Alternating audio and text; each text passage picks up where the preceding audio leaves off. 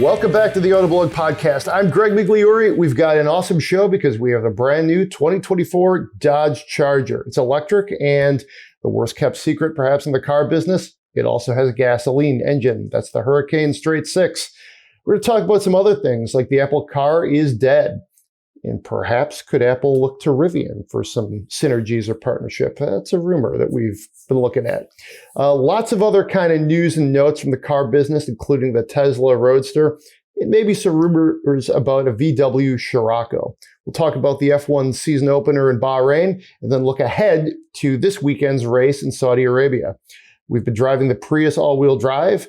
News editor Joel Stocksdale took the Kia EV9 to Chicago and had a great drive to the Windy City, and I've been in the Infiniti QX50. Of course, we are going to talk things Charger, though, right off the top, because that's the big story. And with that, I will bring in our news editor, Joel Stocksdale. You saw this thing. It's pretty cool. Yeah, I really like it a lot. And most of the people that were at the backgrounder with me seem to like it too. The reception that I've seen kind of online has been a little bit more mixed than I was expecting, to be honest. I've been seeing some people calling it a bit bland, but I don't know. I really like it. I think it really channels a lot of the good points of the that'd be second generation Charger, the like 69, 70 model. Mm-hmm. Just kind of long, lean, low, and it is quite long. Looking at the specs, the two-door coupe version is longer than the current Charger sedan, and it's wider than the current Charger wide body. So it's a big car. Yeah, and I think that could really add to the, in some ways, the throwback element to this. Like this is. It's a very, car with gravitas. Let's put it that way. I'm with you. I like how it looks. I'm excited. I don't think when more people see the car in real life, they're going to be perhaps as disappointed as some of the press pictures show. When I was looking at, especially like the sedan, that looks a lot like the natural evolution of the current Charger, which I think is a good thing. But I think some people also were really expecting that like 68, 69 Charger, like almost carbon copy of it. And I don't think they ever were going to do that. So I think it's throwback enough to, really make you think you're driving a Dodge Charger. But it's a modern look for a modern time. So, I'm excited about it. Obviously, I can't wait to drive it. I think the Hurricane 6 is going to be sneaky good in some of the, some of these versions. Why don't you kind of give a really quick elevator pitch of how it breaks down so people know what they're getting here? Yeah, so for the first year, it will only be available as an electric and as a coupe. Okay. And all of the electric versions are called Charger Daytona, whereas the gas-powered ones will be called Charger 6-pack, which is a throwback to the 6-barrel carbureted Chargers and Challengers of the 60s and 70s. Of course, in this case, it's referring to the fact that it will have 6 cylinders, because it will only be available with the Hurricane twin-turbo 3-liter straight 6. The electric versions, to start with, will be offered in RT and Scat Pack models, with the RT being the entry-level version and the Scat Pack being the higher performance one. But both of them will technically have the same electric motors, one front, one rear, just different states of tune. The RT generally will be making 456 horsepower and 404 pound-feet of torque. And the Scat Pack will be making 590 horsepower and 627 pound-feet of torque. That's a little bit different for the first year, because for the first year, they're kind of pumping up both of the two cars for the first kind of introduction model year. Yeah. So The RT will actually be making 496 horsepower, and the Scat Pack will be making 670 horsepower. And next year is when the 6-pack will launch. It's also when the 4-door sedan will launch. And then sometime after both of those have released, we will be getting the SRT Banshee, which will be the like Hellcat of the group. We don't have really any details on that, except for the fact that it will be getting an 800-volt architecture battery pack, and that one will also have the 2-speed transmission for the motors, whereas the broad selection of Charger Daytona electrics will be 400-volt battery architecture with single-speed transaxles. And all of the electrics will get a 100 kilowatt-hour battery pack, with the RT getting a fairly impressive 317 miles of range, and the Scat Pack getting about 260. They support DC fast charging. For reference, the RT will have a 0 to 60 time of 4.7 seconds, and the Scat Pack will have one of 3.3 seconds. Scat Pack is also going to be able to do 11-second quarter-mile times. Wow. Okay. I think, one of the big takeaways here for me is that they are essentially saying it's going to be electric for basically a year.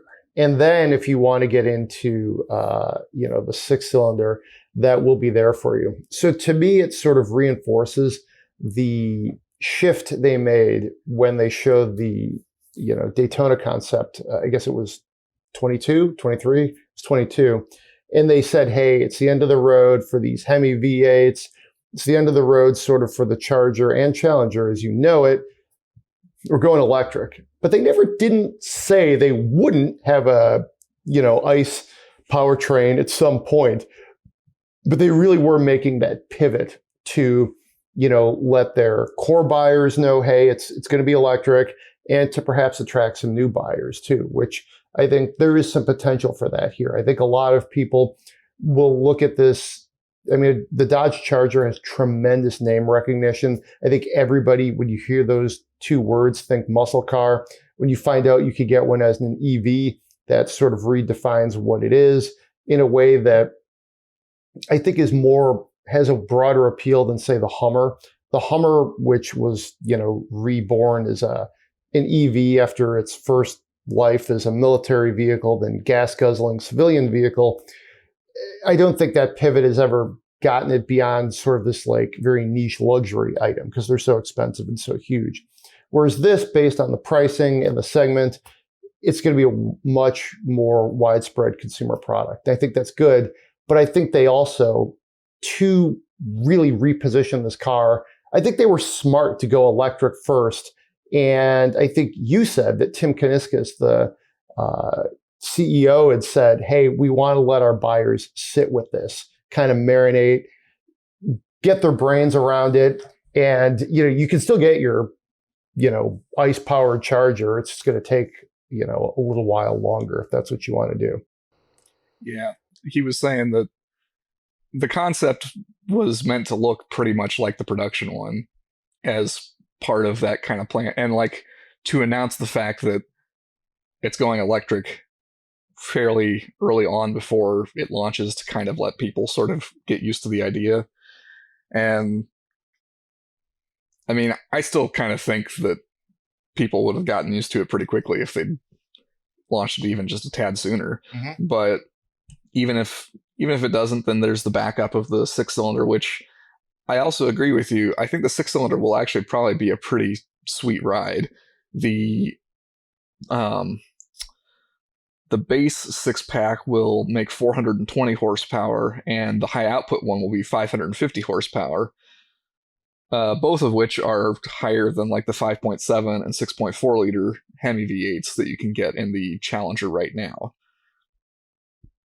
So, and the thing is, that engine, well, we'll see. It might be a little bit lighter than the V8, which might actually make it help the kind of front end handling. Yeah, no, that's a good point. I mean, when you think about the way the outgoing generation handled, these were old school heavy V8s in the front of the car.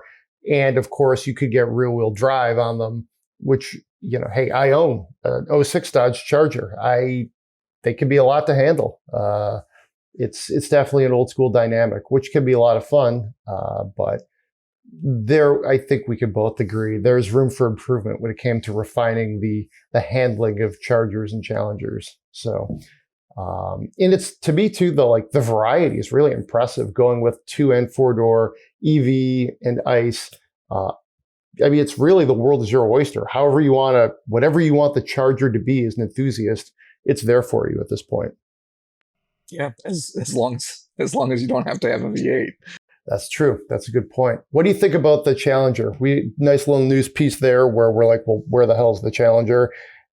Kuniskis, again, didn't really say anything that would lead us to understand what would happen. So here's something that I've not reported out at all. And I don't think this will happen, but let me throw this at you. You tell me how crazy I am. What if the Challenger just returned with somewhat retro styling, maybe a little bit smaller? They use it on that same, is it the STLA platform? And then they just make that the only V8 you could get. That'd be interesting. There's a problem with it that I know, but go ahead. Well, it might be what I'm about to point out, that I just don't know how much longer Chrysler is going to have V8s at all. Yes. Yeah. Because it's being phased out of the Ram. You can only get that with the Pentastar V6 or the Hurricane Turbo 6. And it's been dropped from Challenger and Charger, which have been discontinued. The older one, I mean. You're not going to be able to get Wrangler 392 either. I think Durango might be the only thing that's you can still get a V8 in it, because the Wagoneers have gone straight 6 only also. So I just don't know that Chrysler is I don't think they're going to have a V8. That was my thought too. I believe there's some long term, they need, the engines are as efficient as they need to be even sold. There's going to be some challenges there, and of course they're heavy as hell too. In a modern vehicle, it's not probably the right dynamic, but I don't know. But I think, I feel like that's kind of the only niche though that would be left for the Challenger, would be to go smaller than Charger. Mm-hmm. Not that would be particularly difficult, because as we just mentioned, the new Charger is huge. Mm-hmm. The only thing I guess I kind of wonder and worry about is that the kind of the performance coupe segment is quite niche. Mm-hmm. And I feel like the Charger coupe will probably satisfy more or less existing Challenger existing Challenger customers, or Challenger intenders. Because the current Challenger is effectively just a Charger coupe. Mm-hmm.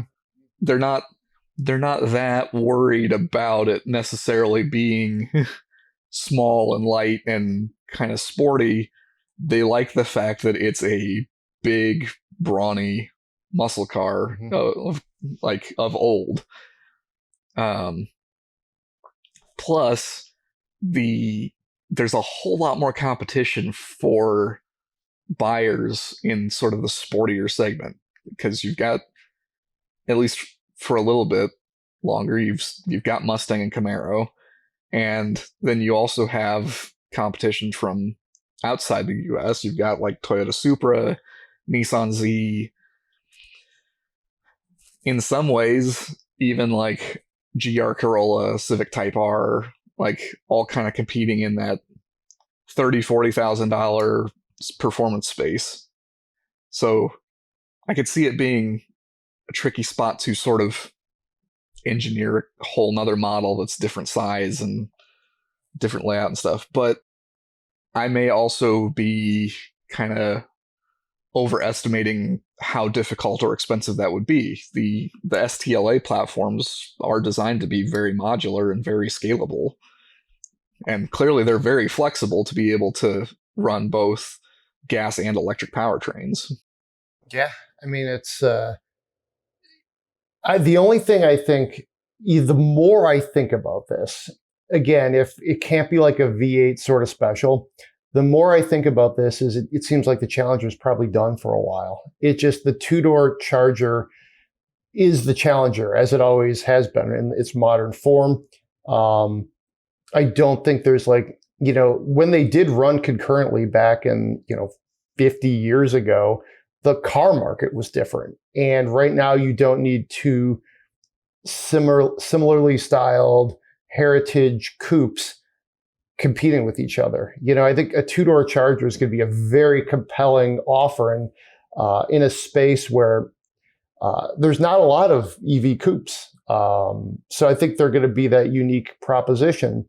And I also think anybody who wants a new Challenger is just going to be like, okay, maybe I wish there still was a Challenger, but I'm okay with getting a Charger. I don't think there's many people that are going to, get super fired up about, when that's your option. So yeah, I just, the more I look at it, the more I don't know what they do with the Challenger nameplate. And I've had interviews with the head of Stellantis design over the years, Ralph Gilles. He's always a good interview at a car show.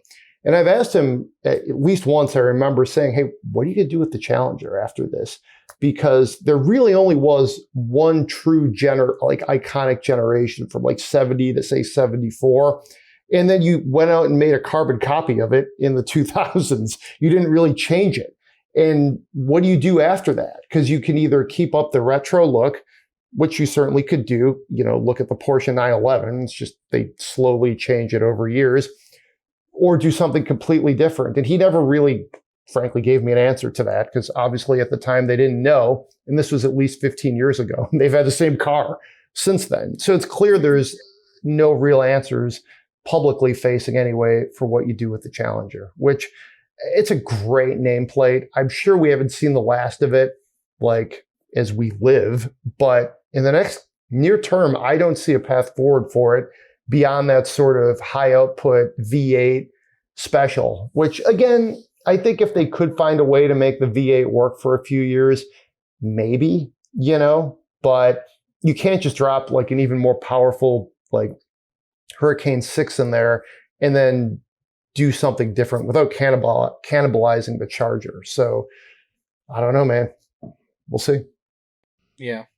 And something I will say, even though I feel like a business case might be tricky for like a smaller Challenger to kind of fit in somewhere, I think it'd be super cool if they gave it a shot, because I love the idea of having kind of smaller, sportier American cars.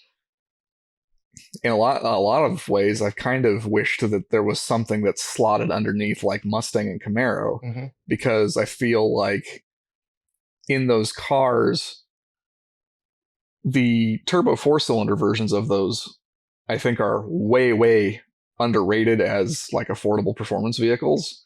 And I kind of wish that there was somewhere that those powertrains could shine that weren't in the body and chassis of something where everybody's like, well, why didn't you get the V8 one? Because the V8 one is better. It's like, well, the 4-cylinder is lighter and it's cheaper, and it's like, I don't have the extra $10,000 to buy the V8.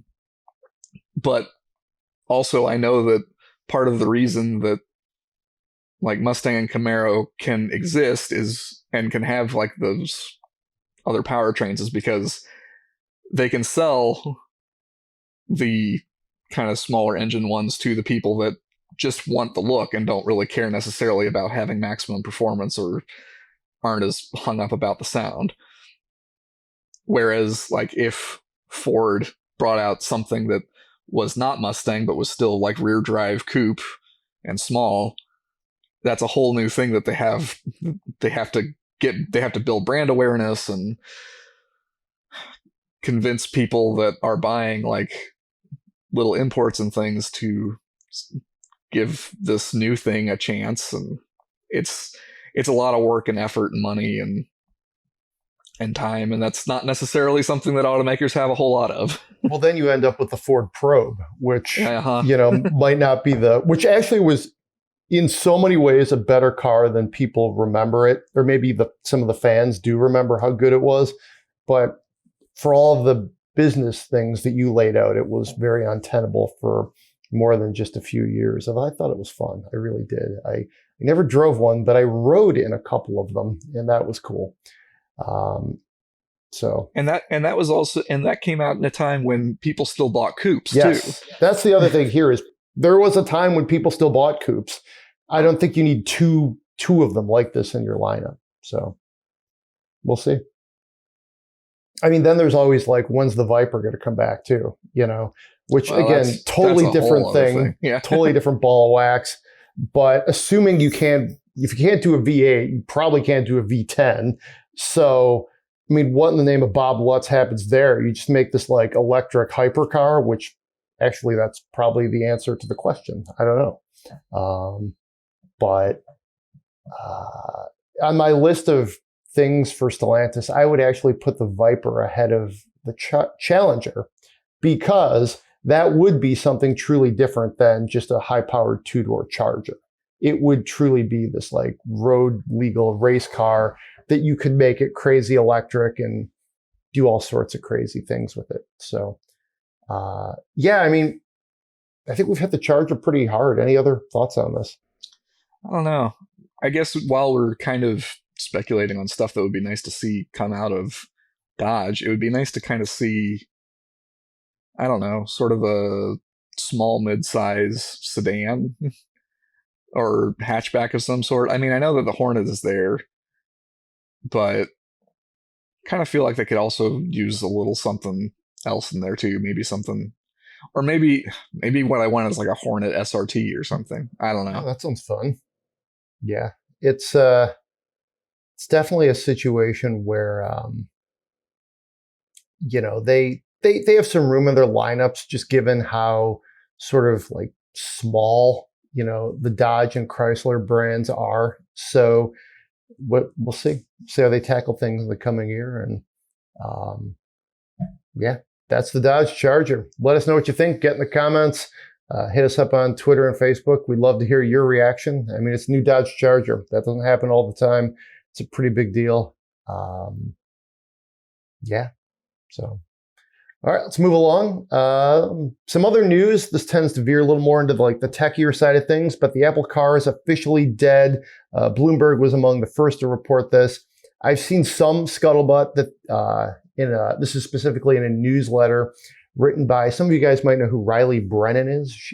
He used to work for actually AOL Autos, a predecessor of Autoblog, but he does a newsletter, I believe, out of Stanford. He was speculating that maybe a Rivian tie-up might be something that Apple might look at. So I don't know. I don't know if Tim Cook is in the market to go buy Rivian. It seems like that could be a little far-fetched, but if they did want to get into the car space, I think Rivian is definitely an opportunity that a lot of OEMs, both car OEMs and other tech companies, might look at, because they have compelling products. We're going to see the R2S this week, so check that out. That should be on the site as you're listening to this podcast. And they do hit that right blend of kind of like outdoorsy but electric trucks and SUVs. So I don't know. I mean, to unpack all of that, were you surprised? I wasn't surprised that Project Titan is gone, as Apple called it. I mean, I forget which podcast it was on that we were talking about this kind of stuff, and I was saying that I don't think Apple actually really wants to get into this business. I mean, if they fully understand what it takes, because they're sitting on a monumental pile of money, but also they didn't get to that monumental pile of money by making cars. It's a difficult, expensive business to get into. It's one that does not have big profit margins. It's one with loads and loads of regulation. I mean, this just isn't a space that really, I think, that many tech companies actually want to if they fully understand what goes into it. And I'm not surprised that Apple would be a company that would be able to sort of understand sort of sunk cost fallacy thing. Like, I mean, there have been rumors about Apple working on a car for years and years at this point. And that is a lot of money to sink into it. But also, if there's going to be a company that's going to be like, this just is not, we could keep putting money into this, but we don't think it's ever really going to pay off. Like, they seem like a company that can be like, okay, we're going to bail on this because we really don't think it's going to make sense for us. I think what would make far more sense for them is working on more kind of the software development side. And we've seen a little bit of that with kind of more expanded Apple CarPlay functionality being planned, where it can be more integral to the car's system. It can display your instruments and things. And I know that there's some collaboration with like Porsche and Aston Martin in that regard. So, I mean, I wouldn't be surprised. And I could totally see Rivian kind of getting on board with like, hey, Apple, can you kind of work with us on some of this stuff, especially with how Android is, or how Google and Android is just getting into the vehicle software business, providing sort of the bones for automakers to build their infotainment systems on. Yeah. To be clear, we're just kind of speculating on speculation here about Rivian and Apple, but I think the path you laid out could be a really strong selling point for, an individual OEM. Like, say it was Rivian or even Honda or General Motors. And it's like your infotainment is powered by Apple, in a different version of Apple CarPlay. As a consumer, that could be, again, a very strong selling point. If you get in and your Apple products just work seamlessly and the car itself has the, outward appearance of like an Apple product in the cabin, that sounds pretty good to me as an iPhone user. So I could see where you could get some momentum there. To your point, there's no way they want to buy a car company. And I think what they were trying to do was overly ambitious. It's sort of the, we see these very, again, aggressive maneuvers in the business world. And there's a reason that for a long time we had like the same 8 or 9 car companies over the course of the 20th century, and nobody else showed up with any sort of staying power. And now electrification has brought on this new age of startups and, sort of midterm growth for some of these companies as they mature. But I mean, again, there's a reason that, AT&T or General Electric or Target didn't just decide to start making cars at some point in 1996. It's really hard to do. And frankly, outside of the fact that Apple is obviously a brilliant company, there's no real expertise that they actually have in the car side of it, which, that's something that I think they probably found out as you look at this. So, yeah, because sure, they probably have expertise on the computer systems, batteries, things like that, a lot of the electrical things, but I mean, they would be needing to build up an entire workforce of like engineers on like structural and safety handle. I mean, just all the other things that actually make a car and not just another piece of consumer electronics. Ask Tesla how hard that is, right? So, and Tesla is like still one of the few that has like achieved any kind of level of success, and it took a while. Yeah. Oh yeah. Because I mean, like Rivian and Lucid both have really cool and great products, but I mean, they still face an uphill battle in becoming like really profitable and sustainable and such. Just because, I mean, cars are expensive to build and I mean, you have to do solid volume, even if you are selling like luxury vehicles, to be able to recoup those costs. Yeah, it's just it's complex and expensive and has unique knowledge bases. It's difficult. It's not, and I think I said this last time. Like, Apple probably could do it if they really, really committed, and because they have just an obscene pile of cash, they could probably do it without going under. But I don't think that's their kind of business. I don't think Apple shareholders would be too happy either with like burning monumental amounts of money on a business that might not be that profitable either. Right. Well, another company that's sort of learned that the hard way is Fisker. And Reuters is reporting that they might do a tie-up with Nissan, which could be a win-win for both sides.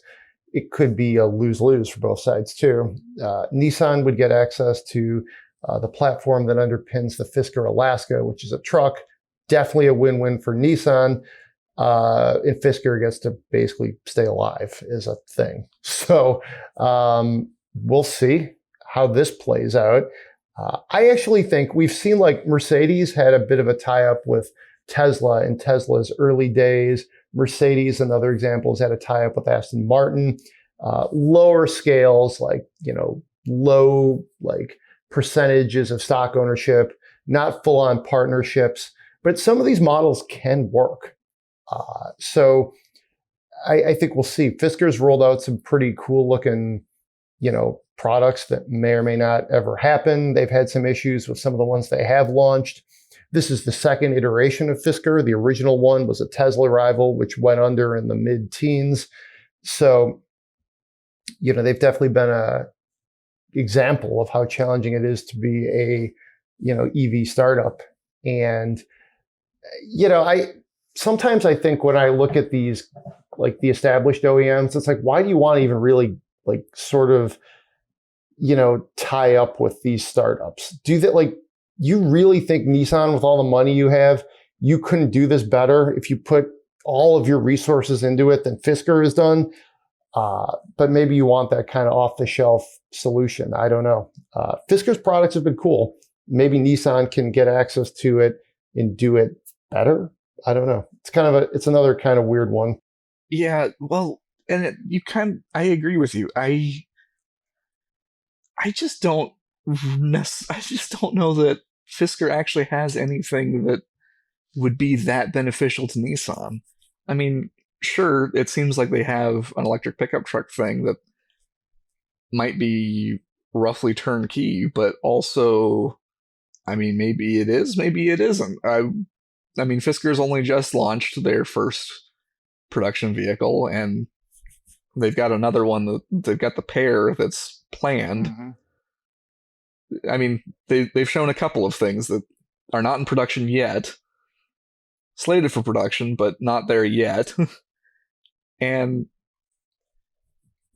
in a lot of ways, Nissan is actually probably in a better spot for EVs than any of the other Japanese automakers, because they have a lot of years of experience.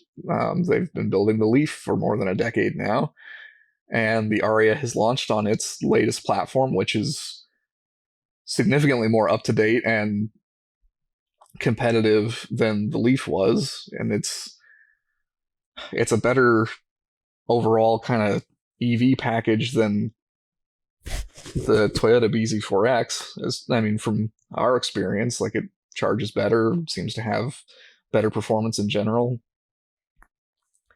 And so Nissan has experience building trucks and things.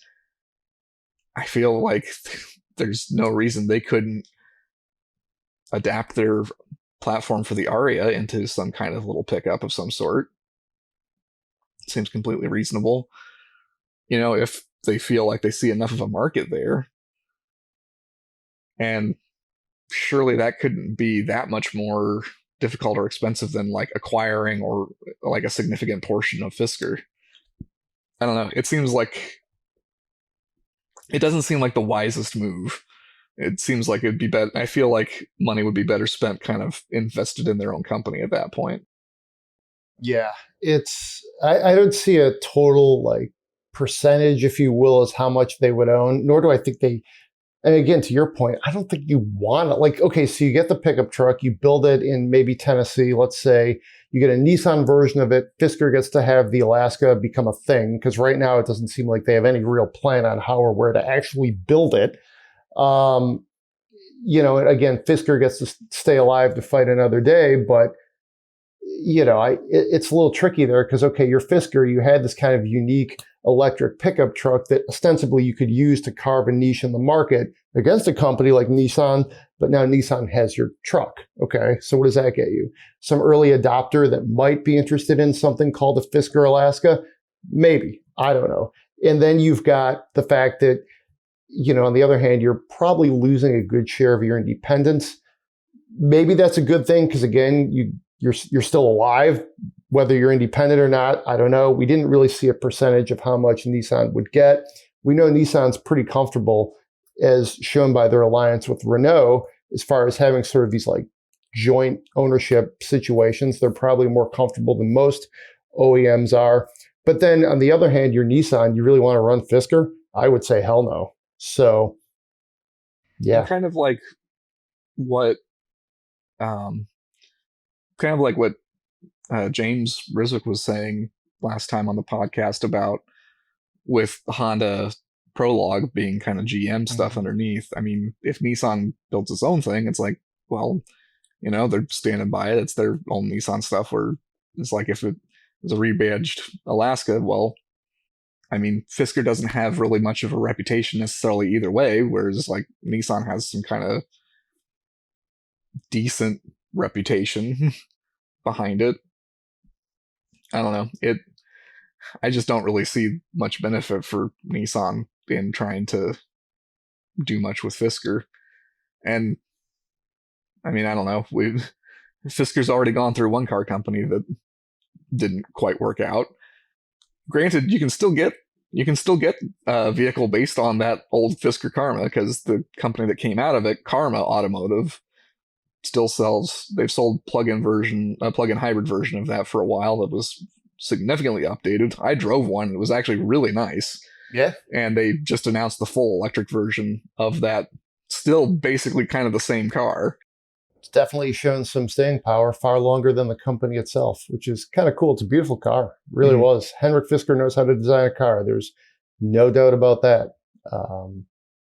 So he even did some work originally on the Tesla Model S, which, in a preview of the controversy we would see to come with all things Tesla, they sued each other because Elon Musk was like, one of them said the other stole their design. And then Elon Musk kind of said, well, no, we did something. You did do some work on the Model S, but we didn't end up really using it. This is our own thing. And, it was this kind of weird little legal wrangle. But man, I guess it really was going to portend some of the drama that would come with Tesla. But talking Tesla, let's run through a couple things here to close up the news section. Roadster's back next year, allegedly. Elon Musk, speaking of him, tweeted it out. He said it's going to be something you've never seen. It's barely even a car. Who knows what that means? The pictures that we've been at least running make it look kind of like a Tesla Porsche. Seems like a pretty good thing to me. So I'm kind of cautiously optimistic about this one as an enthusiast. I think the Roadster started it all for Tesla. It was a Lotus. Talk about partnerships. They had one with a company that knows how to design and engineer a pretty good chassis. Let's put it that way for sure.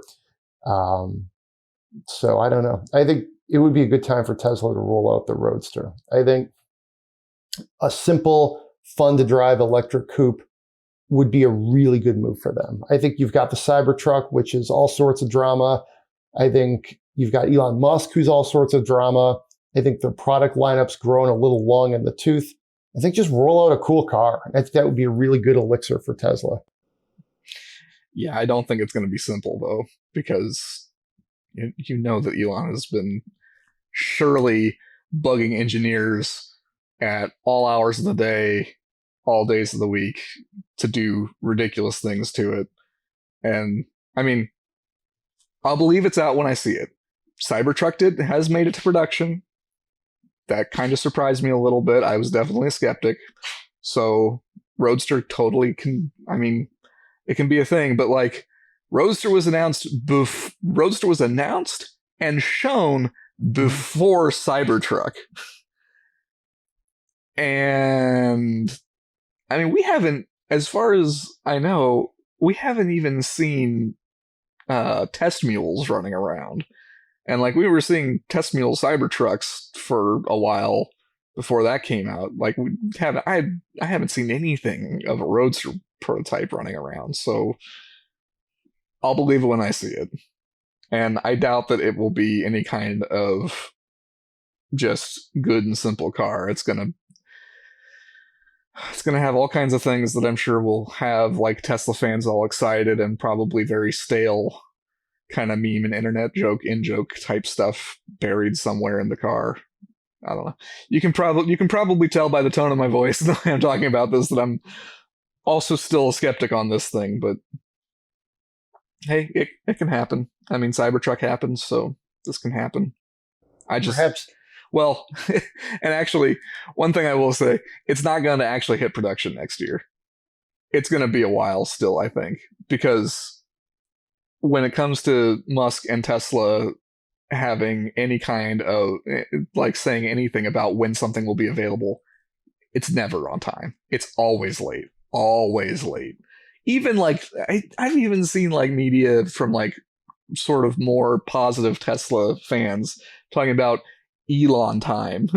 Like, it's... they're never on time. You know, I'll meet you halfway on that. You're 100% right on Elon time, but he tweeted this out in February. I bet we'll see this car in the next year because it's early March. That gives him like roughly 19 months, 22 months to show the thing. So I bet you he shows it in the next year, and then maybe they build like 5 of them, sort of like with the Cybertruck. And by that, I mean they build like 5 of them on like December 31st, 2025. So maybe, that's about playing as fast and loose with the definition of the next year in production as you possibly can. But maybe you can do that. So, I mean, he doesn't follow the rules of the SEC. I don't think this tweet is going to really handcuff him at all. So, maybe an Audi TT electric could be more to your liking. We saw a report out of that. Audi's being much more cautious. They said this is the opposite of Elon time. Reportedly in the next 5 to 10 years. So I guess to translate that, they might do one sometime in our lifetime. And if you look at what Volkswagen Group is doing, we've also seen things of perhaps an electric Scirocco, which I think is a really cool possibility that I think that would fit in really well with Volkswagen's approach to doing electric, but also having these kind of throwback executions. I think that would be great, actually. And to really just throw things into the soup, the Scirocco perhaps could pair up with like an electric Porsche based on sort of similar underpinnings. So that's a lot of electric sports cars from the Volkswagen Group, perhaps not as related as we'd like to splice them. I bet you I bet you 1 out of the 3 of these happens. I'll go with that. And I think it's going to be the Porsche. Yeah, well, let me qualify that in the next few years. I mean, Porsche has already confirmed like the next Boxster is electric. Yeah. And I think we've even seen like spy shots of those out testing. So, I mean, right. That's definitely a thing that's going to happen. I think an electric TT would be superb. Agreed. I think it would be just a fantastic match, and for a couple of reasons. For one, Audi has been doing a fair bit of electrified stuff and has a couple of electric cars on the market. I feel like none of them have really particularly like grabbed attention and stood out. The e-tron GT that's based on the Taycan, I think looks great, and because it's basically a Taycan, if I haven't gotten to drive one yet, but as far as I know, it drives superb. I know that now this is much more of a commentary on the driver as opposed to the car necessarily, but when I drove an Audi R8 at Laguna Seca last year, the lead follow laps, the lead car was an Audi e-tron GT. Granted, it was being driven by a multi Le Mans 24 hours champion. So of course I'm not going to be able to keep up no matter what he's driving, but still kind of a testament to the fact that that thing is quick. But I think it lives a little bit in the shadow of the Taycan that it's based on, because Porsche gets kind of the headlines and stuff. And Audi's electric SUVs have just not like super stood out. I mean, they just kind of look like other Audis, nothing super special. So I think to have something that would be kind of an accessible halo vehicle like a TT and have it electric, I think would be great. And the TT has always been a super striking looking car. That kind of showcases what Audi can really do when they have an opportunity to kind of be a bit bold. And I think that would be a great way for them to highlight their electric vehicles, their styling, to have something that really kind of grabs attention. And also because the TT has never been it's always been a little bit more style forward as opposed to necessarily performance forward. And I think that can work to their advantage with electric power, because being electric, you're fighting with lots of weight, and that's a really tricky thing. And so with the TT, I mean, you don't necessarily have the super, super high driving dynamic and performance bar that like the electric Boxster is going to have to hold up to. This kind of sounds like it's a dig at the TT, and I really don't mean it that way, because I think that there is a place for like a cool looking coupe that is maybe not ultimate performance, but is still lots of fun and solid performance.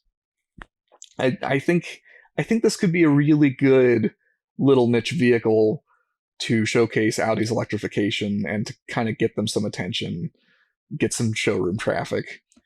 And also, without necessarily having a super, super high performance bar, it could potentially also be a little bit more affordable to develop. Because again, you're not necessarily having to go like super high tech, super advanced materials and things.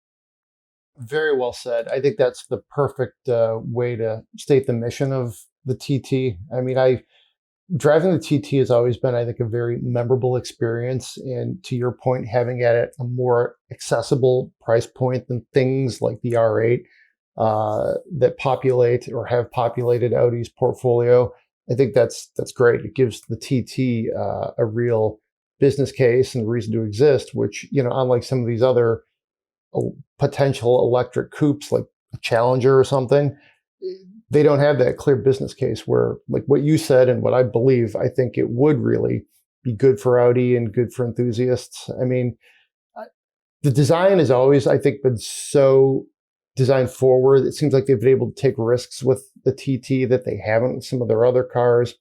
I mean, I could literally off the top of my head think of 3 or 4 times I drove a TT and found it memorable. Once in Spain on a track, it was the 5-cylinder turbo. I mean, of course, that was memorable. But also, I remember like 10 years ago, at least, just driving one home and writing this long, flowery driver's notes package on it, just because it was so much fun. I drove one up north to a Tech of the Year. I mean, to me, it's a car that really stayed with me. So I think a lot of people also have that kind of experience. And I hope they do it quicker than 5 to 10 years, as our headline states. I hope they, let's not be on Elon time with that one. So, yeah. And as for VW Scirocco, that I think would be a little bit hard to do. because one of the advantages that the Audi, like if it was kind of an Audi thing, is that Audi can charge kind of higher prices that can kind of cover the development and cost of electric powertrains. Volkswagen doesn't have that luxury, which has been proven multiple times with like Phaeton and with Arteon, which kind of has Audi prices and Audi styling, but it's got a VW badge. And I think Scirocco would kind of fall into that potential problem. Especially, the other thing is, yeah, there are car enthusiasts that like remember Scirocco and Corrado fondly and think they're cool. But a lot of people probably don't even remember that any of those existed. Yeah, that's a good point. And kind of the performance VW fan base is all about GTI. Yeah. And like Jetta GLI. So really, I think for VW, it would make much more sense to just do an electric GTI. You know, like the ID2 GTI concept that they showed in Munich last year, which looks totally cool. And when I saw it, didn't seem all that small. And I think should be sold in the US, where people still buy GTIs and Golf Rs, even if the regular Golf isn't sold here, because people like that car a lot. And are willing to pay a little bit of a premium. Not Audi premium, but a little bit of a premium for it.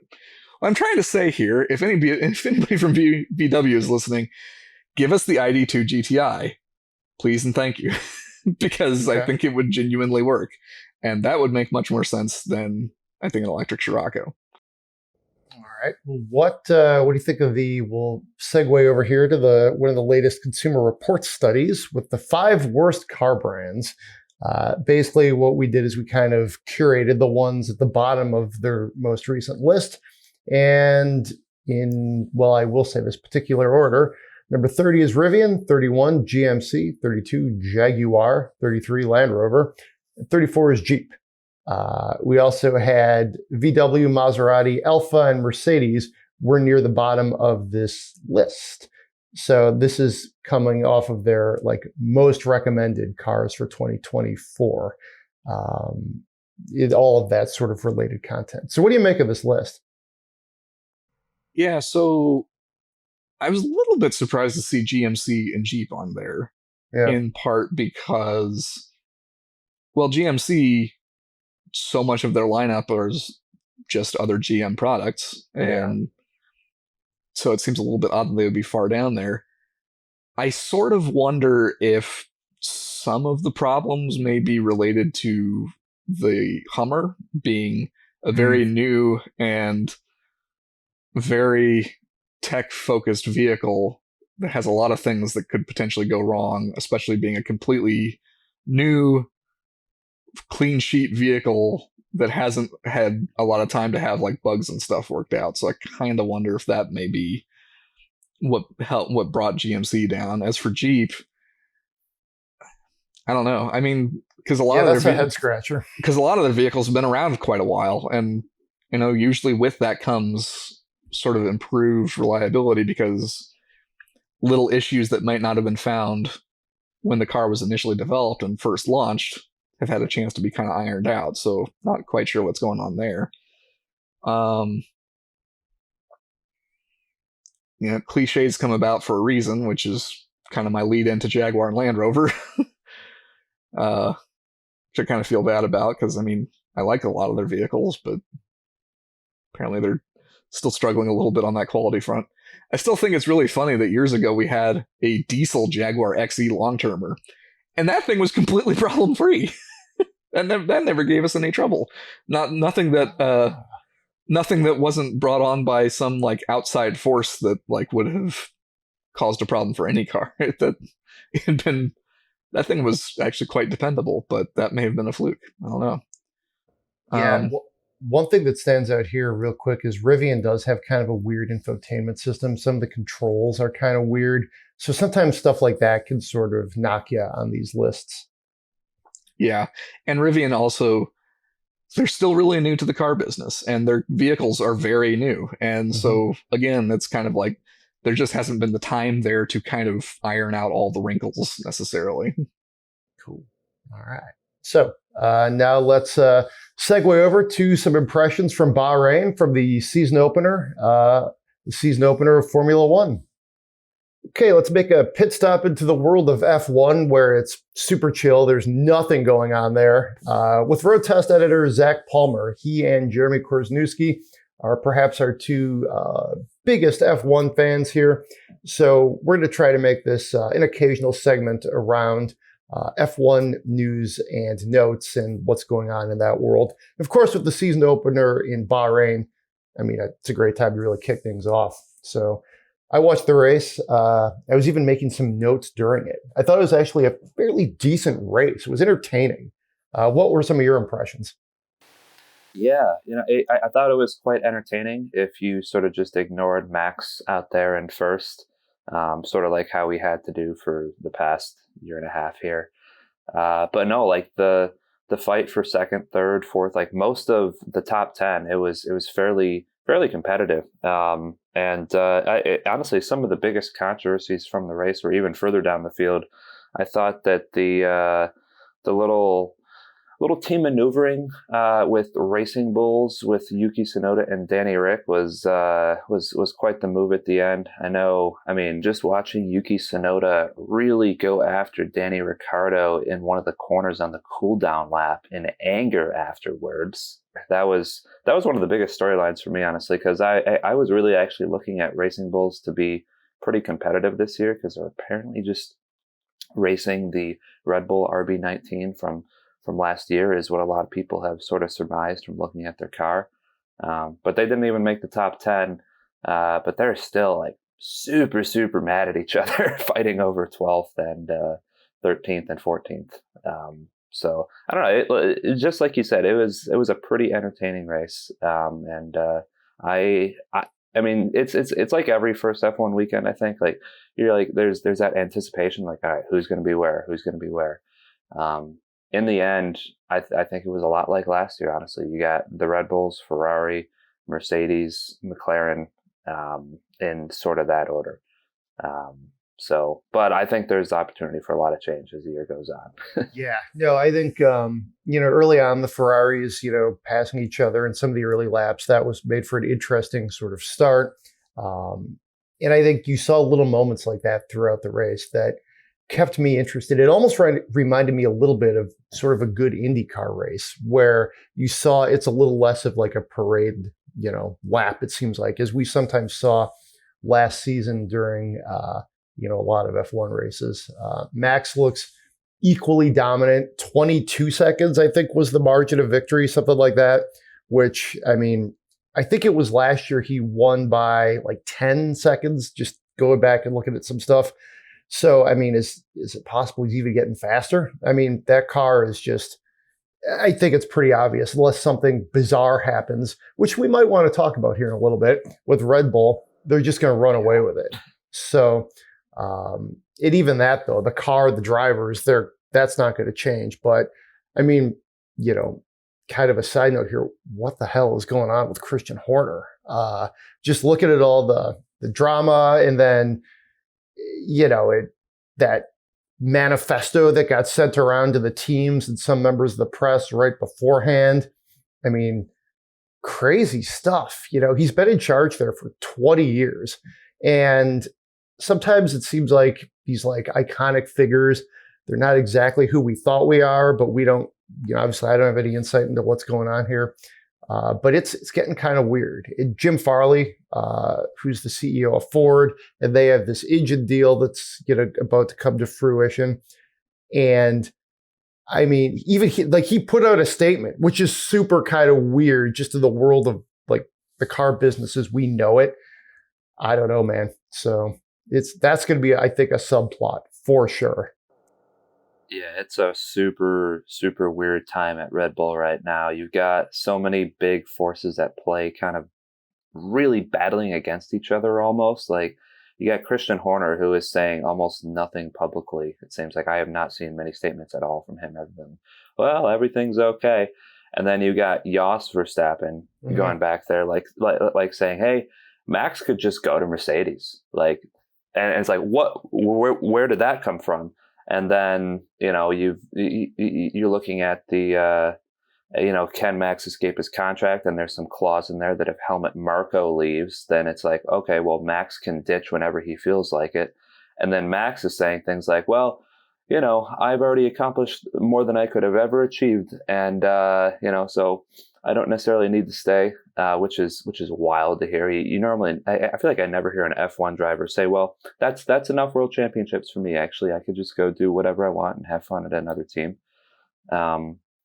Just all of the rumor mill back and forth, like it's getting to the point where, like, all right, you read something new and it's like, do I actually believe this? Should I believe this? Like, where's this information coming from? Who is the one leaking it? I just feel like they're all sort of backstabbing each other at this point. I mean, one of the weirdest ones that I saw, I want to say it was like yesterday or 2 days ago, was that apparently Christian Horner was trying to manufacture like a buyout of the F1 team to try and own the team itself. Mm-hmm. And then, of course, if he owns a team, well, then he can sort of stay on as the leader and team principal. Man, yeah, it is a wild, wild world down there. And I don't really know where the end of it lies, because I feel like we're still at the beginning. I don't know if F1 is going to launch any inquiries. They've been hesitant to do so far. But yeah, it is. They might be the fastest car on the grid and winning races, but things do not seem well in the Red Bull garage right now at all. Yeah, no, it's going to be. I think that could be a season-long drama. And I mean, you even go back and look at some of the things where he was apparently, this is more scuttlebutt, but one report I read was he was going to step down, and then he was like, "Oh no, I'm not doing that."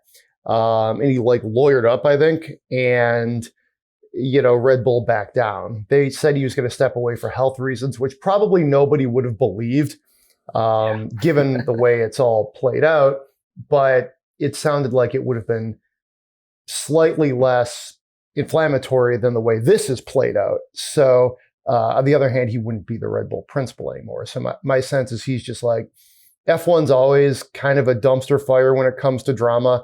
It sounds like he just thinks he could weather it in a couple of years. No one will remember this if Red Bull keeps winning. And, he may or may not be right on that front. We'll see. Yeah, I mean, he's been super pivotal to their success so far. I mean, he has been through them for all of the world championships. Mm-hmm. You go back to the start of Red Bull, Sebastian Vettel, and then they had a sort of a downtime, and now they're right back at the top with Max. So I don't really know what it would mean to lose him. Obviously he's important because he has been like the figure that has stuck by them, him and Adrian Newey for the most part. But yeah, just I don't know. Well, what I do know is that I'm guessing we're going to be talking about this for a little while longer in subsequent podcasts. Oh yeah. Whatever new is coming up. I mean, when you look at, just to your point, how instrumental he has been to their success, I read somewhere that they are either tied or just moved ahead of Williams, who's been racing a lot longer for Grand Prix victories. So that's kind of stunning. They've really been just this shooting star for the last 20 years. But that's hard to say. So, but overall, I thought it was a good event to go back to the race a little bit, like sort of like the Saturday night, viewing. It was cool, I thought, and I think a night race to kick things off. It was a little bit different than the usual as Americans sort of brunch with Formula One we would do. But, the night race was a good spectacle. It was good for TV. The circuit, I think, is it's 57 laps. I think they have a nice layout there. It seems to be, it's loopy. There's a lot of S's, to be a little, just very, colloquial about it. But it's a good circuit. It's a good way to kick off the Formula One season too. I think some sports don't necessarily get into their opener as well as they could. And I think this is a good venue for Formula One too. It got me into it.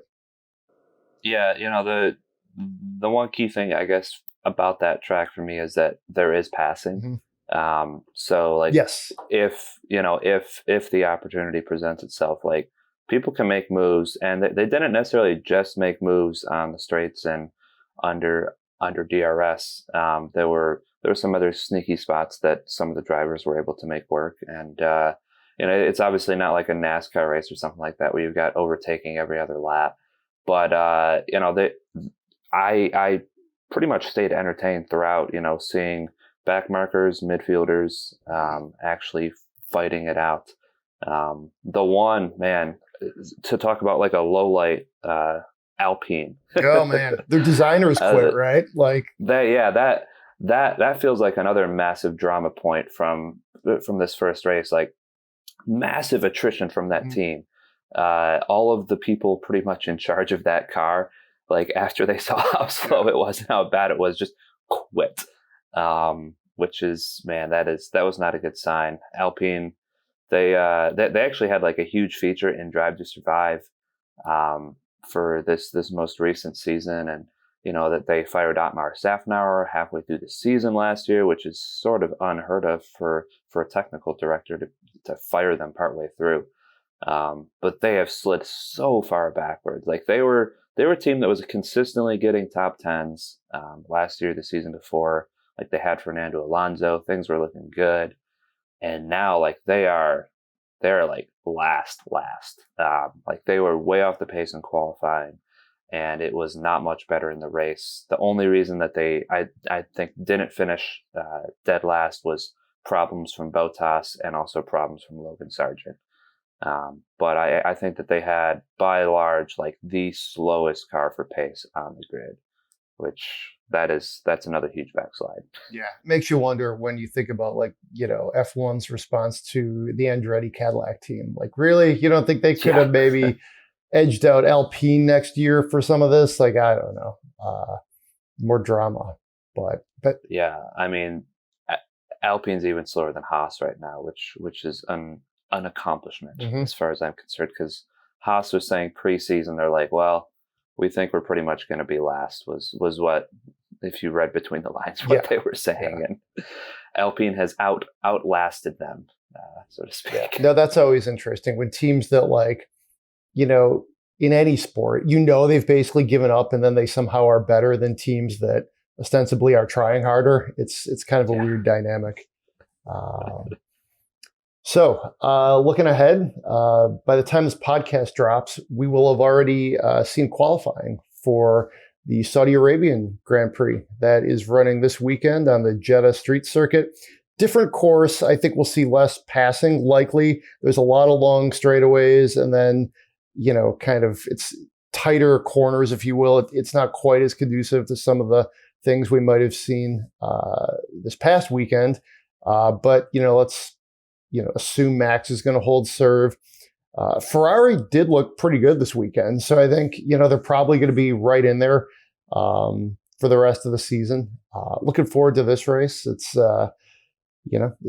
we have a good calendar coming up here with F1. Like I said, they have a good start to the season because then there's a week off, and then they go to Melbourne, which I think is always a cool race, and then Suzuka, which is.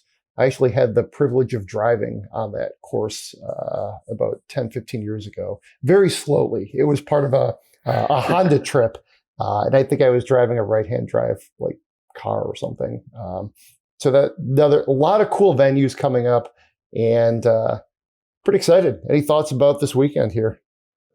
Yeah, I mean, I'm excited that it's like another Saturday morning, Saturday afternoon race. Yeah. So if you're setting your DVR, don't forget it is a Saturday race, not a Sunday race, just like last weekend.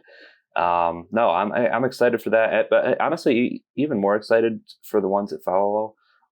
Like you said there, like the Japanese Grand Prix has been like right at the end of the season here as of late, and the fact that it's moving up is actually pretty cool because like the past couple of times we've run it, championship has already been decided. Felt like some of the stakes were a little lower, but now we're getting it right at the start. So I don't know, and like you said, fantastic track, probably one of my dream tracks to ever go to and see. It's going to be a really cool start, and it looks like the Chinese Grand Prix is actually going to happen this year.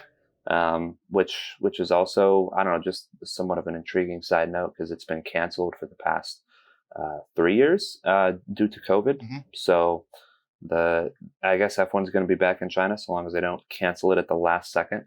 I don't see them doing that this year, but hey, I feel like it's been forever since I've seen that race. I don't even remember what it's like. So yeah. I'm excited to see that one too.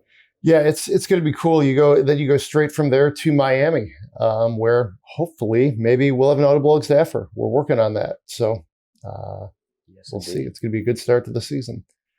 All right, so that's all we have for Formula One. So thanks again, Zach. Let's talk about what we've been driving. Back to you here, Joel. You've been in the Prius all-wheel drive, which is definitely an interesting car. The Prius Prime won North American Car of the Year most recently. That was, I think a car that kind of has captured that zeitgeist right now as we transition to more electric vehicles, but a lot of people like hybrids and plug-ins. And the Prius really is a vehicle that's of the moment. So what did you do with this Prius all-wheel drive? I should reiterate. I didn't really do anything too crazy with it. Mostly just kind of running around town, a little bit of interstate driving. And this was the first time I'd finally gotten into the new Prius. And looking at the specs, I've been extremely interested because, it's styled cool. It makes around 200 horsepower now, which is actual power. And from everything I'd heard, it handles a lot better. And it's all true. I actually quite like it. This is the first time I've driven a Prius and was like, I really quite liked this. It's, I think, pretty safe to say the best Prius yet. It's got surprisingly kind of firm and sporty suspension. It has some actual get up and go. Again, it looks cool. Surprisingly, the seating position is lower than our long-term Subaru WRX. It was kind of funny hopping out of our WRX into the Prius. I was like, oh wow, I kind of had to drop down into this thing a little bit. That's a bizarre thing to say about a Prius. It really has that sporty sort of driving feel position. You really get into it and you feel low to the ground, and the way the steering wheel is set up and the visibility, it's unexpected. Let's put it that way. Yeah.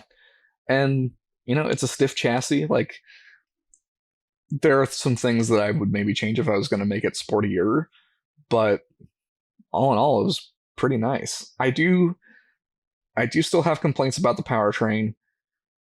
I really, really would like to see Toyota work on their engine refinement. The Prius is still really loud and coarse when that engine is really getting pushed. And to fully access the roughly 200 horsepower, you do have to have that gas engine going. And it's funny, that engine makes the car feel slower than it is. There were times that I was getting on an on-ramp and I just hear that engine wind up and it's like, oh boy, that's really struggling, but it's really struggling.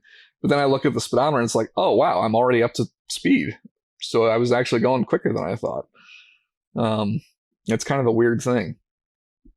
And much as I love the styling, there are a couple of downsides.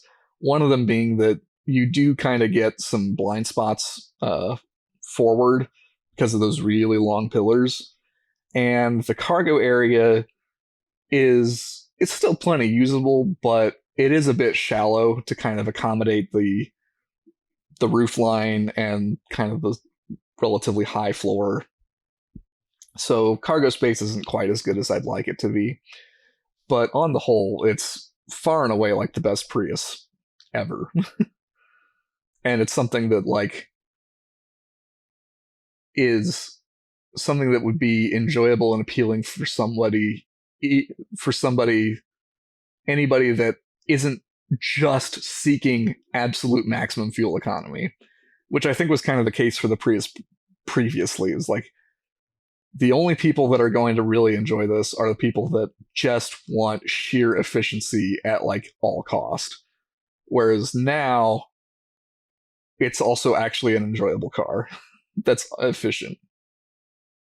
I agree. I drove one fairly recently, the last few months. The hatch is cavernous. You can put a ton of stuff back there for a car of this size. I think it looks good, like really good. Not just Prius good, but it's, I think, objectively a very attractive car. Again, I agree with you on that seating position. Unexpected sort of surprise and delight. I still have some issues with Toyota's infotainment setup. That's not totally unique to the Prius, though. I liked it. I think it's a really, really good Prius. Perhaps, like you said, the best ever. Let's talk about the EV9, which actually was the SUV of the year from Toy, and it is another one I drove right around that same time as I think back to my car loans of late fall, early winter. I really liked it. I actually voted for it for SUV of the year, since we're talking about that.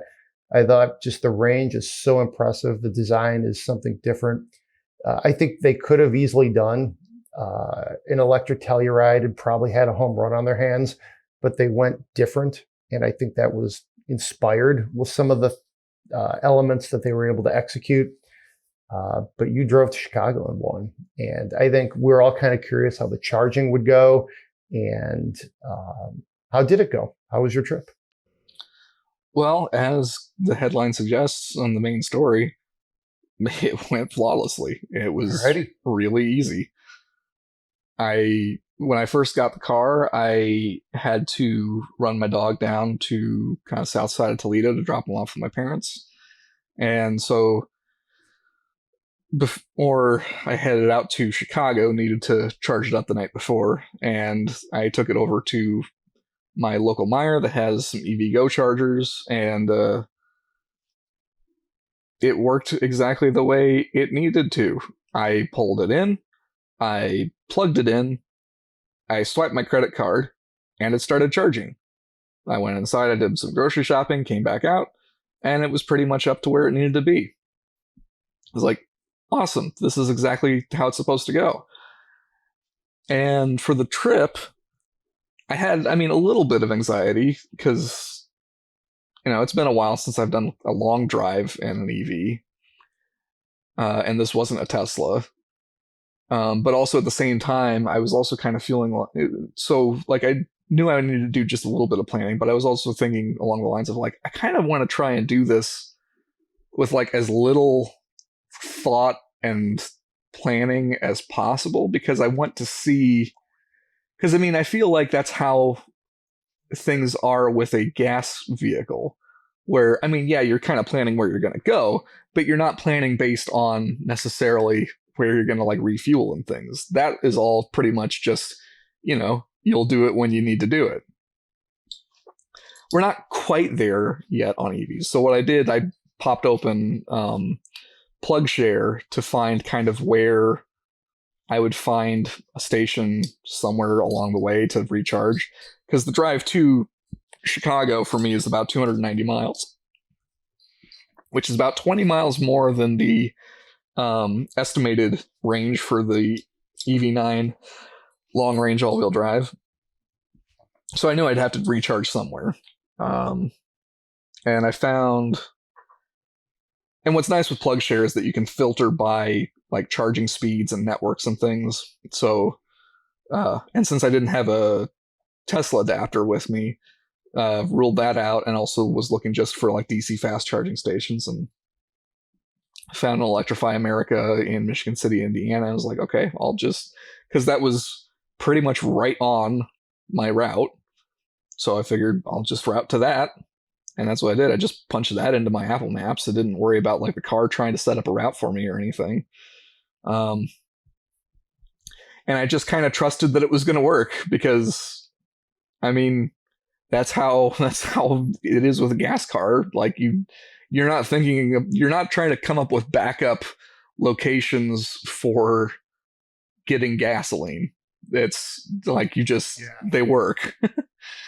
I don't necessarily recommend this to most EV people, because this was an exception. But again, I got to Michigan City and I had less than 10% left on the battery. So I was cutting it kind of close. And I get there, and it looks like all the chargers are working. And I pull in, I plug in, I swipe my card, and it starts going. And again, I just went into Meijer. I got a couple of groceries and things to bring with me to my hotel in Chicago when I got there, because that's something you can do when you're driving a car instead of flying. And yeah, it was super easy. When I got to my hotel in Chicago, they did not have any level 2 chargers in the parking garage, which was a little bit disappointing. But there were 120 volt outlets, just household outlets. And because the EV9 comes with like the household charger, I just plugged that in. And I wasn't needing to drive anywhere while I was in Chicago, so I just left it plugged in for a day or two. And it was more or less charged up. So then I was able to leave with a full charge without having to stop somewhere. And that left me with my final stop at a Ohio Turnpike service area. And again, same experience as the last two places, where plug in, swipe card, go. So I didn't have to fumble with any apps, which is one of my biggest bugbears. It's like, again, going back to the gasoline analogy, I don't have to sign up for apps with Shell, Marathon, Mobil, BP, etc. to use their gas pumps. I have a card I have one card that universally lets me buy stuff anywhere. Like, that's how it should be. And like, before anybody brings up the like plug and charge thing, like, yes, that can be kind of nice, but it still requires you initially to like sign up your car to that network and things. And so it's like, you're still having to go through these apps, especially if it's kind of your first time through it. It's like, again, I should just be able to plug in and swipe and be done. Yeah. We've had this figured out with gas pumps. It's like, this just works. Like, don't have to make it any more complicated. And I also kind of bring this up because there have been a lot of times that I've come to electric chargers where the credit card reader just isn't working. So I have to use an app, and that's really annoying to me. And that's like an extra bonus step where like I get out, find out that the reader doesn't work. And so that's like a couple of minutes of my time that I could have been charging or doing something else wasted. So, and that's why I kind of bring that up. No, I completely agree with you on that. Just a side note there. It's almost like they tried to overthink, make something, they made it more complicated than they should have. You should be able to drive and swipe and plug in. That's how it should be. And if you want to have the app, like maybe you live in an area where there's a certain brand of chargers is more prevalent than the others, a certain network, sure, get on the app. But it should be exactly as easy as getting gas. Getting gas if you want it to be. Mm-hmm.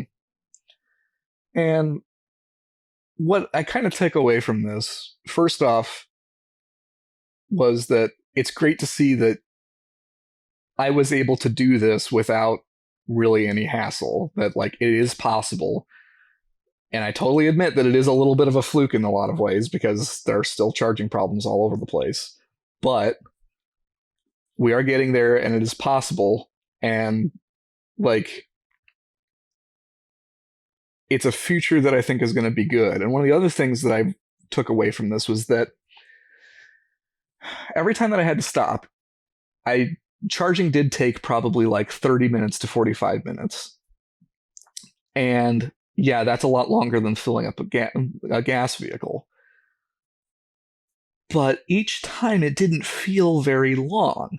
And I realized that a big part of that was that I didn't have to be like by the car the whole time. I could go and do other things that I would probably do when I'm stopping at a gas station. Like, I can go and use the bathroom, I can get snacks, and all of that kind of takes up time. But now you're doing all of that while the vehicle is also refueling.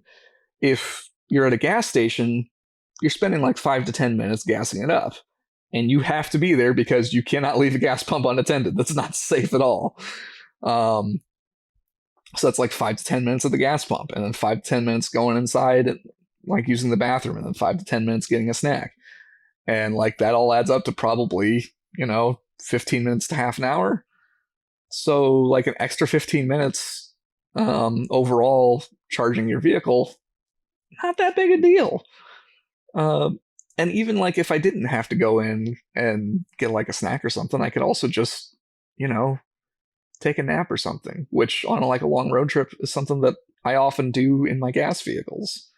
And the EV9 has the great feature where when you're parked, it's got like the full recline seat with like the pop out leg rests, so you can actually get really comfy in it. So I kind of feel like we're actually quite close to having useful EV networks where like it's really not that big a deal to drive an EV that far of a distance, or even necessarily with like massive range. Because the EV9, it's a 100 kilowatt hour battery pack, which is large, but not like the 200 kilowatt hours in like a Hummer EV or some of the other like big packs and like some of the German luxury cars with huge range. I think we're closer than we might kind of think.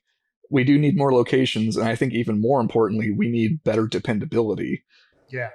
Because that's the real key thing, where it's like, since I was cutting it close in Michigan City, like if those chargers weren't working, I was going to have a problem because I didn't leave much in reserve to like go to another place.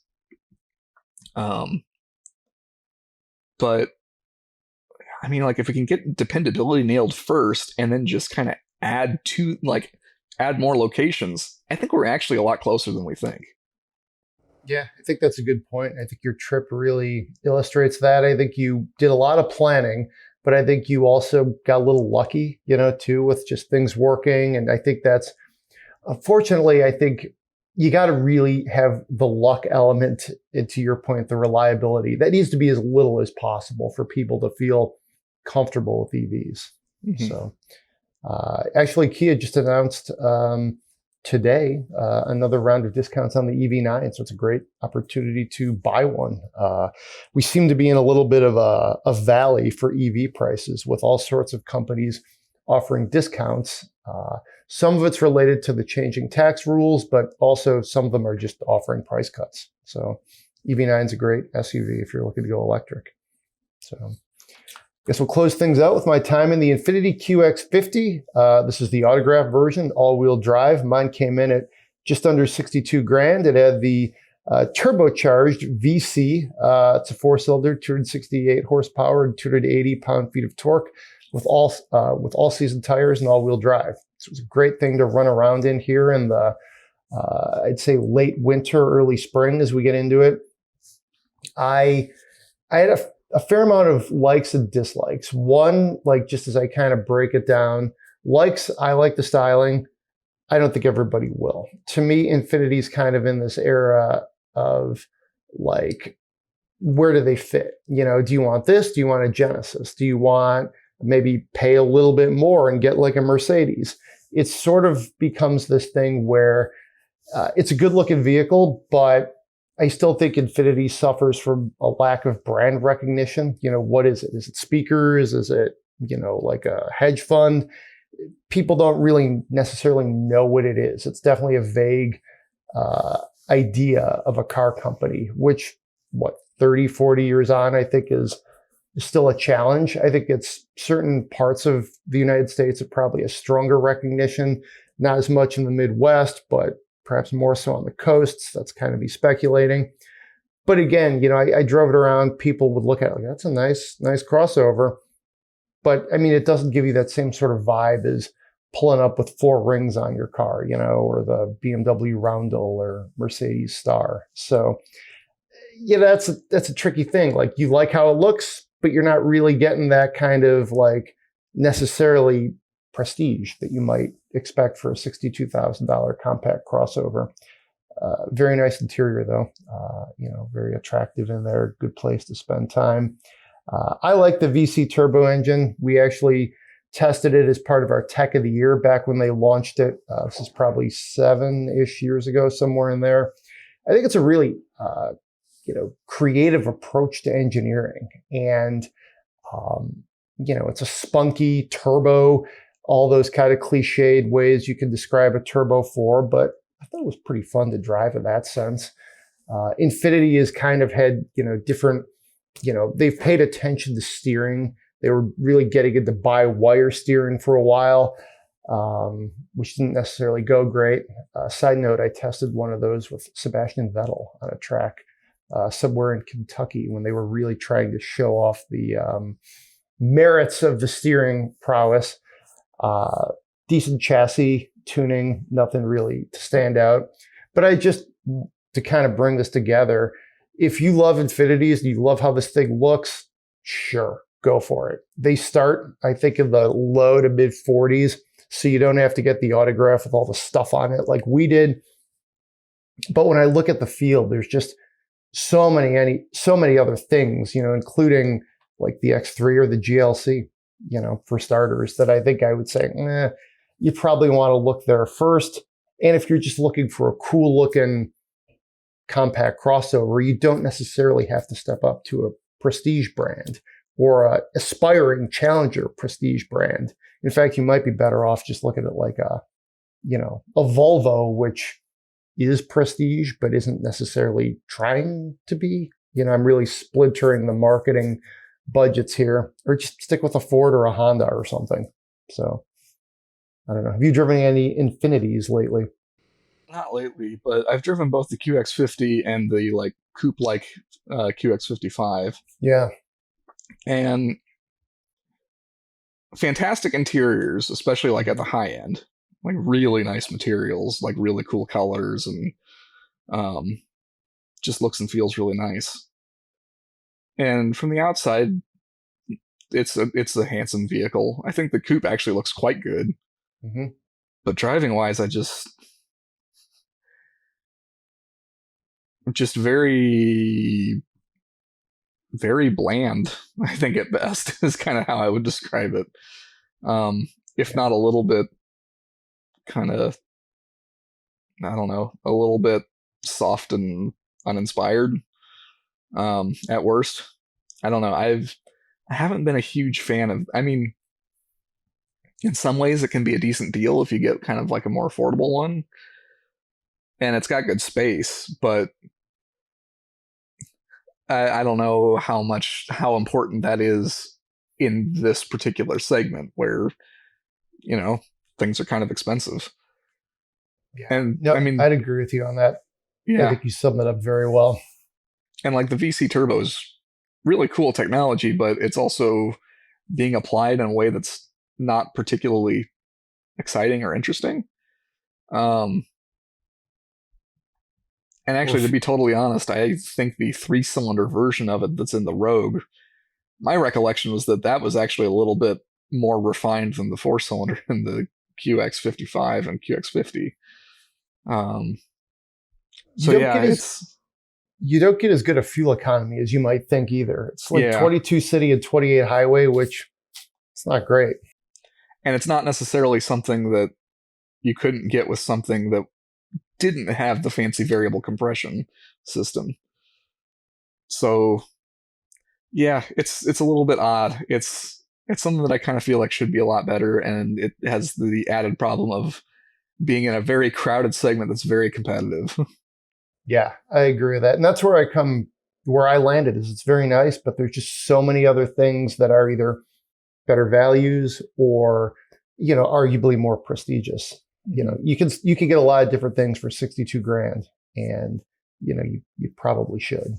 Yeah, and even like different powertrains, like you can get plug-in hybrid, like good plug-in hybrids from like Lincoln and Volvo, and you can get more performance from like a lot of the Germans.